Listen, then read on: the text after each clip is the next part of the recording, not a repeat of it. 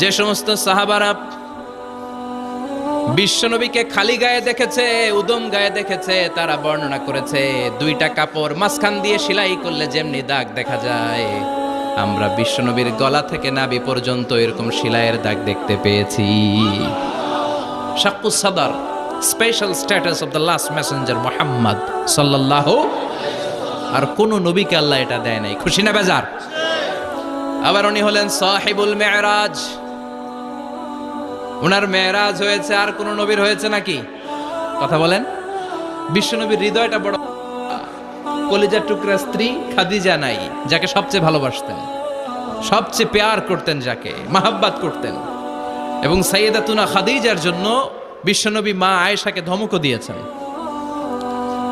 সাইয়েদাতুনা খাদিজার কথা যখন বিশ্বনবী বলে বেড়ায়, মা আয়েশার কাছে খাদিজার কথা বললে